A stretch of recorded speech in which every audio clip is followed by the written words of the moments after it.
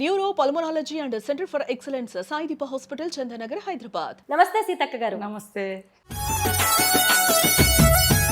ఒక పాట మా కోసం పాడండి. మిలమిల మెరిసిందగో మేడారం జాతర, మిలమిల మెరిసిందగో గిరిజనుల జాతర, మిలమిల మెరిసిందగో మేడారం జాతర, కలకలలాడిందిగా గిరిజనుల జాతర, వెనుదిరగని వీర వనిత సమ్మక్క జాతర, అలు పెరుగని ఆయుధమి సారక్క జాతర. సారలమ్మ గద్దె దగ్గరికి వచ్చాము. ఇప్పుడు నేనున్నది సమ్మక్క గద్దె ప్రాంగణంలో.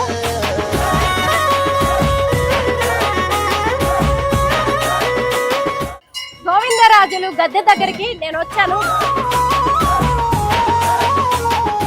మేడారం అటవీ ప్రాంతంలో గద్దెల రూపంలో కొలువైన సమ్మక్క సారలమ్మను దర్శించుకోవడానికి అనేక రాష్ట్రాల నుంచి కోట్లాది మంది భక్తులు తరలి వస్తూ ఉంటారు.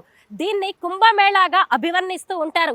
ఆసియాలోనే అతి పెద్ద గిరిజన జాతర మేడారం సమ్మక్క సారలమ్మ జాతర. 2 ఏళ్లకోసారి జరిగే ఈ జాతరను చూడ్డానికి ఎంతో మంది అదృష్టం ఉండాలి అని చెబుతూ ఉంటారు. అయితే ఇప్పుడు మేము హైదరాబాద్ నుంచి తాడ్వాయి ప్రాంతానికి చేరుకున్నాం. చూసారు కదా ఈ స్వాగత తోరణాన్ని గిరిజన కళారూపాలతో ఎంత అందంగా అలంకరించారో, ఎంత అద్భుతంగా భక్తులకు స్వాగతం పలుకుతున్నారో. ఈ రోడ్డు గుండా మనం లోపలికి వెళ్తే సమ్మక్క సారలమ్మల దర్శనం అవుతూ ఉంటుంది. వనసీమలో జరిగే జన జాతరకు సీఎం రేవంత్ రెడ్డి సర్కార్ 250 కోట్ల రూపాయలను కేటాయించి అభివృద్ధి పనులు చేస్తోంది. జాతరను అద్భుతంగా నిర్వహిస్తోంది.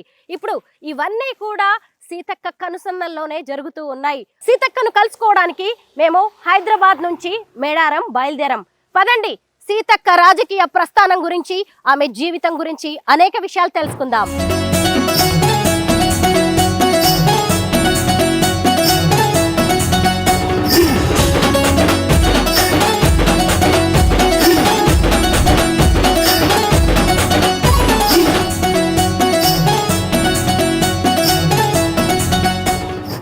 కిలోమీటర్స్ జర్నీ చేసి మేము మేడారం చేరుకున్నాము. ప్రస్తుతం మాతో పాటు ఉన్నారు మినిస్టర్ సీతక్క గారు. నమస్తే సీతక్క గారు. నమస్తే. తెలంగాణ రాష్ట్ర పండుగగా గుర్తింపు పొందిన మేడారం జాతరను సీతక్క మంత్రి అయ్యాక, మంత్రి కాకముందు అని 2 రకాలుగా చెప్పుకోవచ్చు. 250 కోట్ల రూపాయలను తెలంగాణ ప్రభుత్వం మేడారం జాతరకు ఇవ్వడం అనేది చిన్న విషయం కాదు. వాటిని ఎలా ఉపయోగిస్తున్నారు, ఎలాంటి మార్పులు తీసుకొచ్చారు? మనకు ప్రతి జాతరకు కామన్గా 100 crores 110 crores అట్లా ఇస్తుంటారు. దానికితో పాటు ఇప్పుడు ఇంకా కొంచెం ఒక 20-30 కోట్లు ఎక్కువ ఇచ్చారు జాతర నిర్వహణకు. 2 yearsకి ఒకసారి వచ్చేది. గుడికి 101 crores ఇచ్చారు. చుట్టూ మాస్టర్ ప్లాను, గుడి నిర్మాణము, అగ్రనైటు. టైం తక్కువ, 3 నెలల్లో. మనకు అక్టోబర్ ఎండింగ్ వరకు కూడా వర్షాలే ఉండే. సెప్టెంబర్ 24th సీఎం గారు వచ్చి ఇక్కడ మాస్టర్ ప్లాన్ ఓపెన్ చేశారు. కానీ అప్పటికి పూజారులు అందరూ కూడా ప్రతి ఒక్కరు కాదు కాదు వద్దు వద్దు అన్నారు. లేదు చూద్దామని ముఖ్యమంత్రి గారు మన ఇన్ఛార్జ్ మినిస్టర్గా పొంగులేటి గారికి బాధ్యత ఇచ్చారు. వారు కూడా మంచిగా తీసుకొని బాధ్యత చేశారు. నేను, సురేఖక్క, మా లక్ష్మణ్ ట్రైబల్ మినిస్టరు, ఇక్కడ అధికారులు, కలెక్టరు అందరూ కూడా బాగా కోఆర్డినేషన్ చేసి కంప్లీట్ చేయడం జరిగింది. ఇంకా చిన్న చిన్న పనులు ఉన్నాయి. అది జాతర అయిపోయిన తర్వాత కూడా ఇంకా ఈ మొత్తం చెట్లు పెట్టడం కానీ, ఇంకా ల్యాబ్స్ ఎక్కడెక్కడ ఉన్నాయి, గ్యాప్స్ ఎక్కడెక్కడ ఉన్నాయి, అవన్నీ కూడా అద్భుతంగా చేస్తాం. జాతర అయిన తర్వాత కూడా మళ్ళీ మీరు 2-3 నెలలకు మళ్ళీ రావాలి. అప్పుడు ఇంకా ఓపెన్గా క్లియర్గా తప్పకుండా వస్తాం. సీతక్క ఏది చేసినా రికార్డే. సీఎం రేవంత్ రెడ్డి గారితో పాటు మినిస్టర్స్ అందరూ ఇక్కడికి వచ్చి క్యాబినెట్ మీటింగ్ పెట్టారు. ఎందుకు అలా చేయాల్సి వచ్చింది? అంటే సీఎం గారికి కూడా ఒక భక్తి ఉంది ఇక్కడ. ఆయనకు ఈ భావోద్వేగ బంధం ఉంది. 2010 నుంచి నాకు తెలిసి వారు రెగ్యులర్గా వచ్చారు. ఇప్పటివరకు రెగ్యులర్గా వచ్చారు. కుటుంబంతో కూడా మొన్న మనమని కూడా తీసుకొని వచ్చిండు. ఆయన కొంచెం ఆ ఫీలింగ్ కూడా, పాదయాత్ర కూడా ఇక్కడి నుంచే స్టార్ట్ చేసిండు. పాదయాత్ర స్టేజ్ నెక్స్ట్ ఇయర్లో జాతరకు ముఖ్యమంత్రిగా వచ్చిండు. 1 year లోపే. అది సెంటిమెంట్ ఆయనకు కూడా సెంటిమెంట్గా. సో అది ఇక్కడ ఉండే అటువంటి ఈ జాతర యొక్క గొప్పతనాన్ని ప్రపంచానికి చాటాలి. ఎందుకంటే ఇది కొంతమంది జాతర కాదు, అందరి జాతర, ఆదివాసీ బిడ్డల జాతరే. కానీ అందరి ఇలవేల్పులుగా, అన్ని వర్గాలు, అన్ని మతాలు, అన్ని కులాలకు, అన్ని ప్రాంతాల ప్రజలకు దీవెనలు ఇచ్చే ప్రకృతి దేవతలుగా. ప్రకృతి అయితే ఎక్కడెక్కడ అందరినీ అట్లా ఉందో ఆ రకంగానే భావించి ఇక్కడ ఫోకస్ అంటే ఈ తల్లుల దగ్గర చేసుకోవడం అనేది ఇంపార్టెంట్ అని ఇక్కడ నుంచి వారు దావోస్కి వెళ్ళడం జరిగింది. అప్పుడు కూడా ఒక ట్రోలింగ్ నడిచింది, గిరిజన మంత్రి అయిన సీతక్కకు అవమానం అంటూ మిమ్మల్ని కింద కూర్చోబెట్టారని, సీఎం రేవంత్ రెడ్డి గారి ఫ్యామిలీ పైన పీటల మీద కూర్చోబెట్టారని. ఎంత నీచం అంటే నేను అనేది అదే, నువ్వు వాస్తవాలు మాట్లాడు. మేము వాస్తవాలు మాట్లాడడం మూలంగా నీ పత్రిక కానీ నీ మీడియాకి కానీ గౌరవం పెరుగుతుంది. తప్పుడు ప్రచారం, ఇక్కడ నేనే అధిపతిని, నేనే అందరికి ఆతిథ్యం ఇచ్చిన, నేనే అందరి కూర్చోబెట్టి చీరలు బట్టలు పెట్టిన. తర్వాత సురేఖక్క అక్క నువ్వు కూడా రానన్నది. పాపం నేను ఆమె ముంగడపై కూర్చుంటే ఆమెకు అడ్డమైతా అని నేను కొద్దిగా ముందుకు కూర్చున్నా. నాకై నేను తక్కువ, మీరు ఆ వీడియోలు చూస్తే అందరికీ బట్టలు పెట్టి అటు పక్కన నిలబడుతుంటే లేదు నువ్వు కూడా ఇక్కడికి రా అని సురేఖక్క పిలిచింది. రాగానే వాళ్ళ ముంగడ కూర్చుంటే కరెక్ట్ వాళ్ళు నాకు వెనుక వాళ్ళ ఫేస్ కనపడదని సురేఖక్క ముందట నేను కూర్చున్నా. అది కింద కాదు, అది నేను పైన కూర్చోవాలంటే పైన కూర్చోగలుగుతా. అందులో ఎక్కడ కూడా అవమానం. వాళ్ళ ఇంట్లో సభ్యురాలుగా ఉంటాను నేను. అక్క అంటారు. సో ఆమె కూడా పాపము అక్క అంటది నన్ను, గీతమ్మ కూడా. పిల్లలు కూడా నైమిష కూడా మంచిగా అందరూ రిసీవ్ చేసుకుంటారు వాళ్ళ ఫ్యామిలీ మెంబర్ లాగా. వాళ్ళు నేనే వాళ్ళని ఆహ్వానించి వాళ్ళని గౌరవించుకుంటే నాకు అవమానం అనడం ఇది ఏమన్నా కరెక్ట్ ఉందా? అందుకని ఇట్లా తప్పుడు. ఇప్పుడు నేనే అన్ని ఏర్పాట్లు చేసిన. మనము అతిథులను గౌరవించడం మన బాధ్యత. వాళ్ళు మా అతిథులు, ఆయన అధిపతిని నేనే, అక్కడ నిర్వాహకురాలని నేనే. నాకెక్కడ అవమానం అవుతుంది? అది నేను పోయి కూర్చున్నా ముందట. సురేఖ అక్క ఎన్నుకున్నది ఆ ఫోటో, ఆమె పిలిచింది, అక్క ఫోటో దిగుదాం అందరం అంటేనే పోయినాము. పోయినప్పుడు ఆమె తలకు నేను అడ్డం అవుతా అని ఆమె ఫేస్కు నేను కొద్దిగా ముందుకు వచ్చి కూర్చున్నా. అందరికీ దండం పెట్టుకుని అదొక చరిత్రలో ఆ ఫోటో ఉంటుంది అని దేవుడికి దండం పెట్టుగా కూర్చున్నాం. ఇక ఇట్లా అంత ఘోరంగా అది తప్పు కాదు. మరి సీతక్క కదా అక్కడ, నేనే ఓనర్ను కదా, ఆహ్వానించిందే నేను. అందరికీ సొంతంగా నేను నా ఓన్గా బట్టలు కొనుక్కొచ్చి నేను సెలెక్షన్ చేసి నేను పెట్టిన వాళ్ళ కుటుంబాలకు, మంత్రుల కుటుంబాలకు నాకు అవమానం అనడం అనేది ఇది ఇంతకంటే అబద్ధం ఇంకొకటి లేదు. సీతక్క ఎక్కడ చూసినా కానీ మీ పాటలు వినిపిస్తున్నాయి. మేడారం జాతరలో ఇప్పుడు మేము వచ్చేటప్పుడు మా కార్లో కూడా పెట్టుకొని వచ్చాం. 2 పాటలు పాడారు, ఒక పాట మా కోసం పాడండి. చాలా రోజులు అప్పుడైతే ఏదో చూసి పాడా. మిల మెరిసిందగో మేడారం జాతర, మిల మెరిసిందగో గిరిజనుల జాతర, మిల మెరిసిందగో మేడారం జాతర, కలకలలాడిందిగా గిరిజనుల జాతర, వెనుదిరగని వీర వనిత సమ్మక్క జాతర, అలు పెరుగని ఆయుధమి సారక్క జాతర. బాగుంది. ఇంకొక పాట, ఇంకోటి ఏదో మర్చిపోయినా అసలు. చాలా గుడి లేదు, గోపురం లేదు, దర్వాజా లేదు అని పాడుతున్నారు కదా, మంచిగా ఆ పాట బాగుంది. అది కూడా, అది కనకవ మీరు కూడా పాడారు కదా, మీ ఇద్దరు కలిసి పాడారు. మేమిద్దరం ఆడ స్టేజ్ మీద పాడినట్టుంది. సీఎం గారు వచ్చినప్పుడు ఏదో పాట పాడినాము హైదరాబాద్ లో, ఆమెతో బాగా వినిపిస్తుంది ఇప్పుడు ఆ పాట. మీ వాయిస్ ఎక్కడ విన్నా కూడా ఫైనల్ గా మాకు మేడారం ములుగు అనగానే సమ్మక్క సారక్కతో పాటు సీతక్క కూడా గుర్తొస్తారు. సీతక్క మాటల్లో సమ్మక్క సారక్క కథ వినాలని ఉంది. సమ్మక్క సారలమ్మ చరిత్ర, నాకు తెలిసిన చరిత్ర, కాకతీయులను ఎదిరించిన చరిత్ర. ఈ దేశ చరిత్రలో ఆదివాసులు మొదటి నుంచి కూడా కాకతీయుల కాలం కావచ్చు, బ్రిటిష్ వారి కాలం కావచ్చు, నిజాం నవాబ్కు వ్యతిరేకంగా కుమ్రం భీం కావచ్చు, అంటే అన్యాయం జరిగినప్పుడు ఎవరికి మన వాళ్ళు అన్యాయం చేయరు. అన్యాయం జరిగినప్పుడు తిరుగుబాటు అనేది చరిత్రలో, ఈ దేశ చరిత్రలో 250 పైగా పోరాటాలు ఉన్నాయి. రంపా తిరుగుబాటు కానీ, లేదా చోటా నాగపూర్ కానీ, ఇట్లా రకరకాలుగా బీర్సా ముండా, కుమ్రం భీం, మన దగ్గర విప్లవకారులు, ఇట్లా ఆదివాసి బిడ్డలు, ఇవన్నీ కూడా ఉన్నాయి. అంటే జనం కోసం పనిచేస్తే జనంలో ఉంటామని అంబేద్కర్ అన్నదానికి ఖచ్చితంగా సమ్మక్క సారలమ్మ చరిత్ర సజీవ సాక్ష్యం. వాళ్ళ యొక్క పోరాట చరిత్రలో మరి మహిమలు కూడా ఉన్నాయి ఇప్పుడు అనేది. వాళ్ళు పుట్టుకనే ఒక డిఫరెంట్గా అనేది కథనాలు ఉన్నాయి.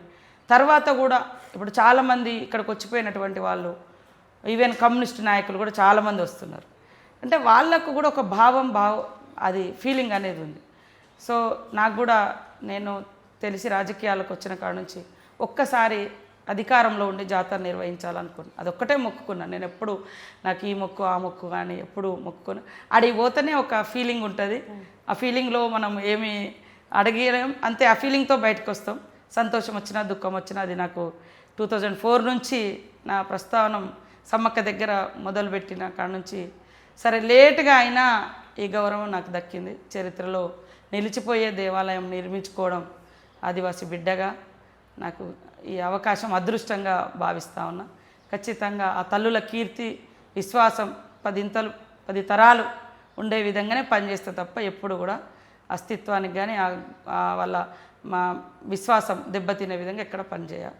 అందరు భక్తులకు కోరుతా ఉన్నా, మంచి జరుగుతుంది, మొక్కుకోండి, కుటుంబ సమేతంగా రండి, మంచిగా మనస్ఫూర్తిగా మొక్కుకోండి, తప్పకుండా అన్ని సకల కోరికలు తీరుతాయని తెలియజేస్తాను. జాతరలో ఇసుక వేస్తే రాలనంత జనం ఉన్నారు. మీతో కలిసి వెళ్ళి మీరు చేసిన విశేషాలు, కొత్త ఏర్పాట్లు ఏంటి అనేది చూడాలనుకుంటున్నాం. చూపిస్తారా? థ్యాంక్ యూ, తప్పకుండా.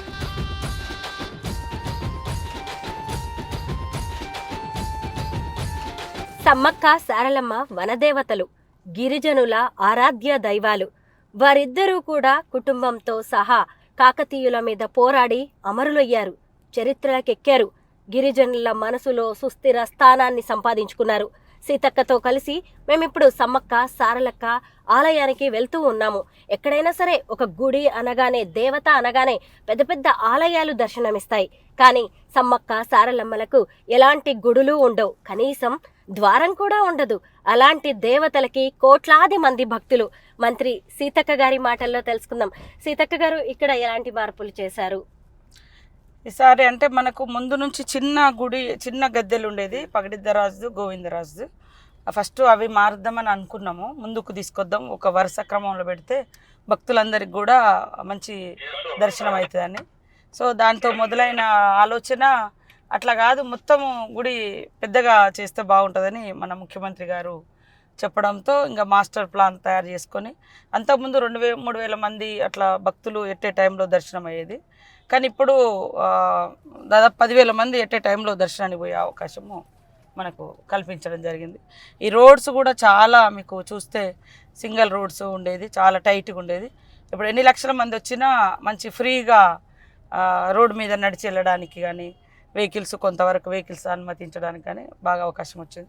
చాలా జంక్షన్స్ కూడా మేము డెవలప్ చేసినాం, మీరు చూస్తూ ఉన్నారు. ఆదివాసీ జీవన విధానము, జంతువులు, అడవి, ఇలా మంచి అట్లా అక్కడ చూస్తే మీకు సెల్ఫీలు ఎంత దిగుతున్నారు చూడండి. ఎప్పటికి ఉండేటట్టుగానే కట్టినాం, ఎప్పటికి. ఇక్కడ ఇంకా మా ఆదివాసీ పోరాట యోధులు, కొమరం భీం, బిర్సా ముండా విగ్రహాలు కూడా వస్తాయి, వాటిని తయారు చేస్తున్నాం, అందలేదు. ఇట్లా సెల్ఫీలు చాలామంది, మొన్న ముఖ్యమంత్రి గారు, మా క్యాబినెట్ మినిస్టర్స్ కూడా అందరు వచ్చినప్పుడు ఇక్కడ ఫొటోస్ కూడా వాళ్ళు కూడా దిగిర్రు. సో చాలా అంటే ఇట్లా డిఫరెంట్గా ఉంటాయి కదా, మన సిటీలలో అంతా కొంచెం వేరే రకమైనవి ఉన్నాయి. సో ఇక్కడ జీవన విధానానికి ఇక్కడ ఫారెస్ట్ను అంటే సింబాలిక్గా చేస్తూ చేయడం జరిగింది. కానీ విగ్రహాలు కూడా ఎంతో అద్భుతంగా ఉన్నాయి, జీవకళ ఉట్టి పడుతోంది. ఎక్కడ చేయించారు ఇవన్నీ? ఇవన్నీ ఇక్కడ బయట నుంచి వచ్చే బ్యూటిఫికేషన్స్ వాళ్ళు వచ్చి చేయడం జరిగింది. ఇట్లా అందరు సెల్ఫీలు దిగుతా ఉన్నారు. ఎప్పుడు ఇవన్నీ సందడిగా ఉంటున్నాయి, అంతకుముందు వరుసగా పోయేవాళ్ళు. అవును, ఇప్పుడు ఫోటోలు దిగడం, సెల్ఫీ పాయింట్స్ అనేది స్పెషల్ అట్రాక్షన్. అవునవును. సీతక్క అంటే అసలు మాస్ లీడర్, తమలో ఒకరిగా భావిస్తూ ఉంటారు నిజంగా జనం కూడా. అందరూ అక్క అక్క అనుకుంటూ వస్తారు, చాలా సంతోషం అనిపిస్తుంది. మీకు కూడా, మీరు ఇందాక ఇంటర్వ్యూలో కూడా చెప్పారు, ఫ్యామిలీతో కంటే కూడా నాకు బయట జనంతోనే అటాచ్మెంట్ ఎక్కువ అని. అవును. ఇందులో ఇంకా ఏమైనా కొత్తగా వచ్చాయా? అంటే రోడ్స్ డెవలప్ చేసినాం, బయట మనం క్యూ లైన్స్ ఒక 10,000 మంది అంతకుముందు ఎండల తడకల కింద ఉండేది, ఇప్పుడు చాలా పెద్దగా కట్టేస్తున్నాము. క్యూ లైన్స్ కూడా ఎవరికి వాళ్ళకి మంచి ఫ్రీగా ఉంటాయి, అందులో డ్రింకింగ్ వాటర్ పెడుతున్నాం. ఈసారి పిల్లలకు ఫీడ్ పాలు ఇవ్వడానికి కూడా సపరేట్ రూమ్స్ వేస్తున్నాం. అంటే ఇబ్బంది పడకుండా నీళ్ళు కూడా ఎక్కడ వీలైతే అక్కడ వాటర్ ట్యాంక్స్ పెట్టేస్తున్నాం. లోపల వాటర్ ట్యాంక్స్ పెట్టినా కూడా ఈ రోడ్లెంబటి వాళ్ళకి కనబడతలేవు. ఈ రోడ్లెంబటి కూడా మొబైల్ వాటర్ ట్యాంక్స్ పెట్టినాము, మొబైల్ టాయిలెట్స్ పెట్టినాము.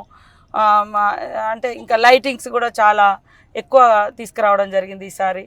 సో అన్నీ ఎక్కడ చూసినా కూడా వెలుతురు అనేది కనిపించేటట్టుగా చేయడం జరిగింది. మొత్తం ఈసారి డ్రోన్ కెమెరాస్ కూడా పోలీస్ వాళ్ళు ప్రతి పిన్ టు పిన్ అక్కడ ఏం జరుగుతుంది అనేది తెలిసేటట్టుగా, దొంగలు వచ్చినా లేకుంటే ఏదైనా చిల్లర వేషాలు వేసినా అవన్నీ కూడా బయటకు వచ్చేటట్టుగా డ్రోన్ కెమెరాస్ కూడా పోలీస్ డిపార్ట్మెంట్ నుంచి బాగా వాడుతున్నారు. ఏఐ టెక్నాలజీని కూడా బాగా వాడుతున్నారట కదా. అవునవును, తీసుకొచ్చిండ్రు. అది అవన్నీ ఎప్పటికప్పుడు మనకు తెలిసిపోతా ఉంది. అందుకనే రోడ్స్ కూడా నీట్గా ఉంచుతాను. అసలు జనరల్గా మనకి ఈ రద్దీ జాతర మొదలైనకుంటుంది, కానీ ఈ రద్దీ మాకు 15 రోజుల నుంచే ఇట్లాంటి జనాలు రోడ్ల మీద విపరీతంగా వచ్చిపోతూ ఉన్నారు. సో వాళ్ళకు పెరిగినటువంటి భక్తికి నమ్మకానికి ఇదొక గొప్ప నిదర్శనము. ఇంకా వాళ్ళ విశ్వాసాన్ని వాళ్ళ నమ్మకాన్ని కాపాడుతూ వాళ్ళకు సౌకర్యాలు కూడా బాగా చేయాలనేది మా ఆలోచన. సమ్మక్క సారక్క చరిత్రను చెప్పేలా శిలాతోరణాలను ఏర్పాటు చేశారు. అవును, అవి ఎందుకు వచ్చింది ఆలోచన అలా చేయాలి అంటే ఎవరెవరో వచ్చి ఎవరెవరో ఏదేదో చరిత్రను లిఖిస్తూ ఉంటారు భవిష్యత్తులో. అట్లా కాదు, ఆ కట్టడాల మీద ఆ బొమ్మలు అవి ఉండడం మూలంగా ఆదివాసుల చరిత్ర అనేది అక్కడ నిలబడుతుంది. జీవన విధానం ఏంటో తెలుస్తుంది. కొన్ని చోట్ల దేవుళ్ళు బాగా ఎక్స్పోజ్ అయ్యి అంటే బాగా ప్రాచుర్యంలోకి వచ్చినాక వేరే వాళ్ళు ఆక్యుపై చేసేసి వేరే రకమైన పూజలు చేసి అక్కడ నుంచి అక్కడ ఉన్న ఆదివాసీ ఆచారాలు సాంప్రదాయాలు పక్కకు పోతున్నాయి. వేరే వాళ్ళు వచ్చి వేరే అవుతుంది. దట్టమైన అడవులలో వెలిసినటువంటి అనేక గొప్ప గొప్ప దేవుళ్ళు కూడా ఒకప్పుడు ఆదివాసీ పూజారులు ఉండేవాళ్ళు, ఆదివాసీలు ఉండేవాళ్ళు. కానీ అది ఈరోజు కనుమరుగైపోయింది. భవిష్యత్తులో అలాంటి పరిస్థితి రావద్దని మేము ఆనవాళ్ళన్నీ కూడా అక్కడ నిర్మించినాం. 150 ఎకరాల్లో బస్ స్టాండ్, అలాగే జంపన్న వాగు దగ్గర కూడా చాలా ఏర్పాట్లు చేశారు. అవి ఎలా ఉన్నాయి? జంపన్న వాగు దగ్గర కూడా అన్నీ ఇంకా కొంచెం మేము టూరిజంది అనుకొని ఒక 5 కోట్లు కేటాయించడం, కానీ టైం లేక చేయలేకపోయినాము. అక్కడ కూడా అన్ని బాతింగ్ ఘాట్స్ కానీ తర్వాత స్నానాలు చేయడానికి ఈజీగా ట్యాప్స్ కానీ ఇవన్నీ పెట్టడం, అన్ని వాటరు టాయిలెట్స్ ఫెసిలిటీస్. భక్తులు అడిగేది అదే ఎక్కువ. జంపన్న వాగులో స్నానాలు, తర్వాత శానిటేషను, క్యూ లైన్లు, మంచి దర్శనం ఇవే అడుగుతారు. కాబట్టి అవన్నీ కూడా ఏర్పాటు చేసేసి జనవరి 28 నుంచి 31వ తారీఖు వరకు 4 రోజుల పాటు మేడారం జాతర జరుగుతోంది కదా. ఈ 4 రోజుల పాటు ఏం చేస్తారక్క?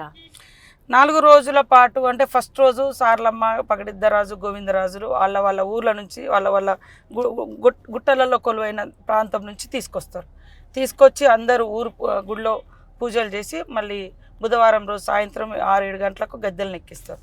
బేస్తవారం నాడు సమ్మక్కను చిలకలగుట్ట నుంచి తీసుకొస్తారు. శుక్రవారం నాడు మొక్కులు చెల్లించుకుంటారు.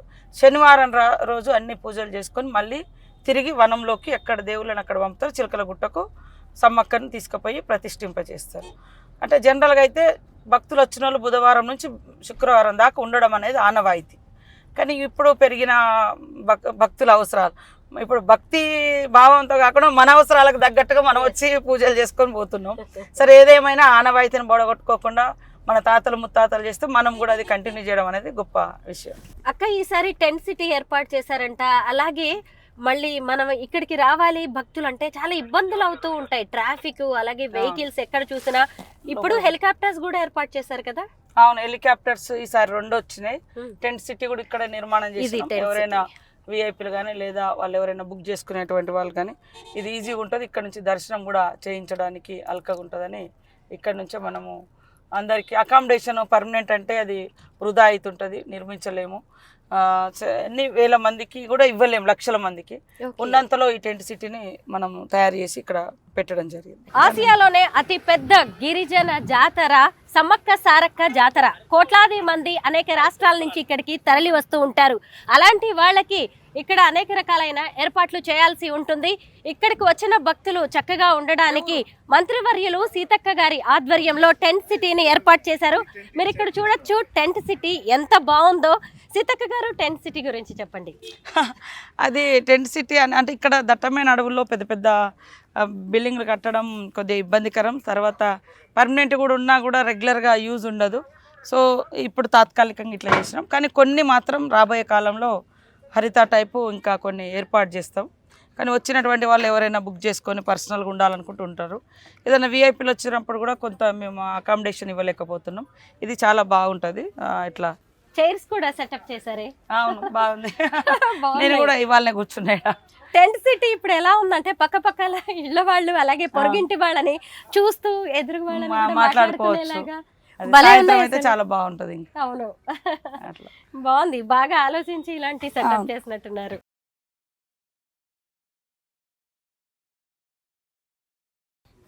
ఏసీ కూడా ఉంది దానికి. ఇప్పుడు ఏసీ ఏర్పాట్లు కూడా, dress changing room, bath, toilets ఇక్కడ అన్నీ ఉన్నాయి. డ్రెస్ చేంజ్ రూమ్, లోపల టాయిలెట్స్. ఇక్కడ టాయిలెట్స్ లోపల అందులోనే అటాచ్డ్ కూడా ఓహో ఏసీ కూడా ఉంది, ఏసీ కూడా 2 పెట్టి బెడ్స్ ఉన్నాయి. ఎవరైనా డబ్బులు పెట్టుకోగలిగేటోళ్ళు కూడా పెట్టుకొని ఉండొచ్చు. ఎంత ఉంటుందక్క ఒక రోజుకి దీని కాస్ట్? 24 hours మరి ఎంత ఉందో 10 5 ఎంత ఉందట. బాగుంది బాగుంది. ఇంతకు ముందు నార్త్ ఇండియాలో కాశీలో అలాగే కుంభమేళాల్లో ఏర్పాటు చేశారు, బట్ ఇక్కడ మనది కూడా కుంభమేళాగా మారిపోయింది కదా. ఇక్కడ మీరు టెంట్ సిటీ ఏర్పాటు చేయడం అనేది నిజంగా ముందు జాగ్రత్తగా కూడా బాగా ఆలోచించినట్టున్నారు. అది కొంచెం టైం ఈసారి మనకు జాతర కూడా ముందు వచ్చింది. అవును వాస్తవానికి ఇంకా కొంచెం టైం ఉంటే ఇంకా బాగుండు అనేది ఉంది. ఇవన్నీ ఇంకా కంప్లీట్ చేసుకుందాం. జాతర తేదీలను ఎలా నిర్ణయిస్తారక్క? వాళ్ళు మన పెద్ద మనుషులు కూర్చొని డిసైడ్ చేస్తారు. పున్నమి నిండు పున్నమి ఎప్పుడు వస్తుందో దాన్ని బట్టి డిసైడ్ చేస్తారు. హెలిప్యాడ్ ఏర్పాటు ఎక్కడ చేశారక్క? హెలిప్యాడ్ ఎవ్రీ ఇయర్ ఎవ్రీ టైంలో అది పర్మనెంట్గా ఉంటుంది, అక్కడే ఉంది. ఇంకా ఇంకొకటి కూడా ఉన్నాయి, అంటే ఈసారి ప్రైవేట్ హెలికాప్టర్స్ వాళ్ళు కూడా 2 పెట్టుకున్నారు. మనది ఇక రెగ్యులర్గా మినిస్టర్స్ లేదా గవర్నర్ గారు వాళ్ళు కూడా వస్తారు కాబట్టి ఇక్కడ పక్కనే పోలీస్ ఇదంతా పోలీసులకు కేటాయించడం ఈ రూమ్స్ అన్ని. దాదాపు ఈసారి 13,000 మంది పోలీసులను మనము ఇక్కడ డిప్లాయ్ చేస్తూ ఉన్నారు బందోబస్తు రీత్యా. వాళ్ళకి ఇప్పుడు కూడా ఇక్కడే అకామిడేషన్ ఇస్తుంటాము. ఆ పక్కనే ఎలిఫ్యాడ్ కూడా ఉంది, ఆ పక్కన గుడి కూడా వస్తుంది. సమ్మక్క సారక్కలకు ఈ నిలువెత్తు బంగారాన్ని ఎందుకు ఇస్తారు? కోళ్ళు కూడా ఎగరేస్తూ ఉంటారు కదా, ఎందుకు అవి? అది మరి ఎదుర్కోళ్ళ పండుగ అనేది ఒకటి ఉంటుంది, దేవునికి ఎప్పుడైనా చేస్తూ ఉంటాం. ఇక్కడికి వచ్చిన వాళ్ళు కూడా ఎదుర్కోడు అనేది ఇచ్చి దేవుళ్ళని తీసుకొచ్చే ముందు అది ఒక ఏమంటారు హారం లాగా అంటారు, అది ఒక మొక్కు. అంటే తల్లి వచ్చే ముందు ఆ భక్తితో మనం ఇచ్చుకునేటువంటి మొక్కులు. ఇంకా ఇక్కడ డబ్బులు ఉండేటి కాదు. ఒకప్పుడు ఆదివాసులకు వాళ్ళకుండే వస్తువులనే సమర్పించుకోవడము, బెల్లము, మరి ఇప్పపు, సారా, ఇట్లాంటివే వాళ్ళ వస్తు మార్పిడే మన ఆదివాసీ జీవితాల్లో ఎక్కువ ఉండేది. సో ఈ మార్కెటింగ్ మనీ డబ్బులు కట్నం వేసుడు అట్లాంటిది లేదు. అందుకనే వాళ్ళ దగ్గర కోడి ఉండేది, మేక ఉండేది, అవి హారంగా ఇస్తారు ఆహారంగా. తర్వాత బెల్లం బుట్టాలు తీసుకొచ్చి అదే కానుకలు, డబ్బులు, నోట్లు అట్లా కాకుండా బెల్లం ఇచ్చుకోవడం అనేది ఇది మొదటి నుంచి ఆనవాయితీ వస్తుంది. చిన్నప్పుడు మీరు ఈ జాతరకు వస్తూ ఉండేవాళ్ళ? అప్పుడు ఎలా ఉండేది ఈ ప్రాంతం అంతా? అంతా అడవి, కంక బొంగులు, ఆ గద్దె మీద కూడా కంక కనిపించేది, చుట్టూ మట్టి ఉండేది. అక్క చిన్నప్పుడు కూడా మీరు మేడారం జాతరకు వస్తుండే కదా, అప్పుడు ఈ ప్రాంతం అంతా ఎలా ఉండేది? అంతా జంగల్ ఉండేది, కంకవనాలు ఉండేది. ఆ కంకవనాల కింద మా అమ్మ, నాన్న, మేము అందరము ఆడ పసుపు కుంకుమ చల్లుకొని ఆ దేవుని కాడ అక్కడ ఒక రాయి పెట్టుకొని ఆడ పుట్టుంటే పుట్టకు పసుపు కుంకుమ చేసి మొక్కులు చెల్లించుకొని ఆడనే 3 రోజులు ఉండేది. తర్వాత నాకు తెలిసిన తర్వాత మళ్ళీ ఇక్కడ ఈ మీడియా పాయింట్ ఉండేది ఫస్ట్. ఆ మీడియా పాయింట్ కూడా ఫ్రీగా ఉండేది. అలా పోయి అక్కడ ఆ మీడియా పాయింట్ కాడ ఉండేది. అప్పుడు మంచెలతోటి ఉండేది అవి కొయ్యలు. తర్వాత వేరే అయిపోయింది, ఇప్పుడు మళ్ళీ ఇంకా వేరే మారిపోయింది. ఇక్కడ దాకా వచ్చి ఉండేవాళ్ళం. అప్పుడు ఈజీగా ఉండేది, కానీ టాయిలెట్స్ ఇవి చాలా కష్టంగా ఉండేది. జంపన వాగెంబట్టి ఉంటేనే కొంచెం అన్నీ అలానే స్నానాలు చేసి అక్కడే బట్టలు మార్చుకొని ఇదంతా చేసుకునేటువంటి అవకాశం ఉండేది. కానీ అప్పుడు కనీసం వెహికల్స్ కూడా ఉండేవి కాదు కదా, కాలినడకనే వచ్చేవారేమో. అవునవును, లేదంటే 3 రోజులు నడుచుకుంటూ వచ్చేది. 3 రోజులు పట్టేది. 3 రోజులు మా ఊరు నుంచి 3 రోజులు నడుచుకుంటూ వచ్చేది. నడుచుకుంటూ రావడం, 3 రోజులు నడుచుకుంటూ వచ్చి 3 రోజులు నడుచుకుంటూ పోయేది. మళ్ళీ 3 రోజులు ఇక్కడ ఉండేవాళ్ళు. ఇక్కడ 10 రోజులు దాదాపుగా 10 రోజులు జాతర అంటే ఇప్పుడు 4 రోజులు చేసుకోవడం, 1 గంట ఉండడం అనేది కూడా కష్టమైతున్నట్టుంది నిజంగా. అవును. కమాండ్ కంట్రోల్ రూమ్ కి వచ్చాము. అవును.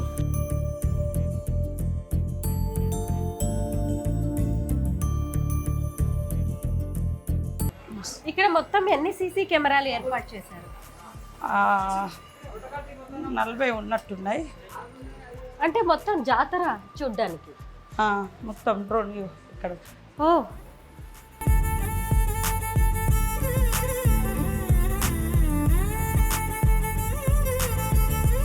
ఇవన్నీ మొత్తం జాతరలో ఎక్కడెక్కడ ఏ మూమెంట్ ఉంది అన్నీ ఇక్కడ కమాండ్ కంట్రోల్ నుంచి చేస్తాం, ఆపరేట్ చేస్తాం. చిన్న పిల్లలు తప్పిపోయినా కానీ పట్టుకోవడానికి కొత్త ఏదో ఏర్పాటు చేశారు. ఒక టై తయారు చేసారు, దాని ద్వారా ఈజీగా క్యాచ్ చేసుకోవడానికి దొరకబట్టడానికి మన పోలీస్ వాళ్ళు. ఇంతమంది భక్తులు వస్తారు కాబట్టి దొంగల భయం కూడా ఉంటుందేమో. దొంగలు ఎక్కువ. మన పనిలో మనం ఉంటే వాళ్ళ పనిలో వాళ్ళు ఉంటారు, కానీ దొరుకుతున్నారు దొంగలు. ఇట్లా క్లోజ్గా మానిటరింగ్ అవుతుంటుంది కాబట్టి తొందరగానే దొరకబట్టచ్చు. అవును, దొరికిర్రు కూడా 2-3 నిన్న మొన్న. ఇబ్బంది ఉండదు. ఈసారి ఎక్కువ దొంగతనాలు జరగవు. ఒకవేళ ఎవరైనా చేసినా ఇంటికి పోయినా పట్టుకొచ్చి వాళ్ళకి ఇప్పియచ్చు. అవునా? ఎలా ఎలా సాధ్యం? అది పైనుంచి కూడా ఇంకా ఈ Drones తో కూడా drones తో చూస్తున్నట్టున్నారు చేస్తా పహారా. ఉన్నారు. ఏరియల్ వ్యూ చూస్తున్నారు అవును అవును. పోలీసులు. మొత్తం 13,000 మంది పోలీసులు ఒక జాతరలో ఉండడం అంటే చిన్న విషయం కాదు. వాళ్ళందరికి కూడా ఏర్పాట్లు ఇక్కడే ఉంటాయా? ఎక్కడెక్కడ తయారు చేస్తారు డిపార్ట్మెంట్ వాళ్ళు కూడా చేస్తారు.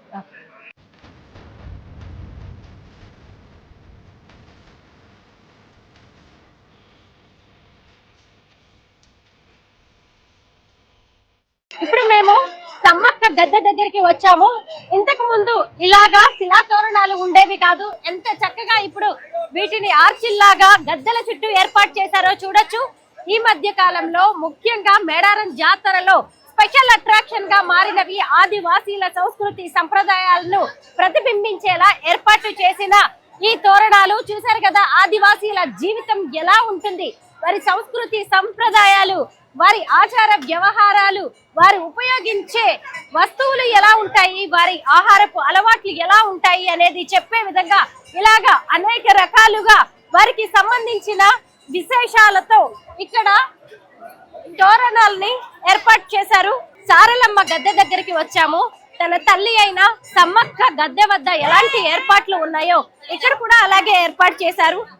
గోవిందరాజులు గద్దె దగ్గరికి నేను వచ్చాను. గోవిందరాజులు అంటే మరెవరో కాదు, సమ్మక్క కొడుకు, సారలక్కకి సోదరుడు. అదిగోండి, ఈయన కాకతీయులతో జరిగిన పోరాటంలో అమరుడయ్యాడు. ఇప్పుడు మనం వరుసగా ముందుగా సమ్మక్క దర్శనాన్ని చేసుకున్నాము, ఆ తర్వాత సారక్క దర్శనం చేసుకున్నాము, ఆ తర్వాత గోవిందరాజుల దర్శనం చేసుకున్నాము. ఇప్పుడు మనం వచ్చింది పగిడిద్దరాజు గద్దె వద్దకు. పగిడిద్దరాజు మరెవరో కాదు, సమ్మక్క భర్త, సారక్క తండ్రి. ఆయన కూడా ఈ యుద్ధంలో అమరులయ్యారు. ఆయనకి సంబంధించిన గద్దెను మనం ఇక్కడ చూడొచ్చు.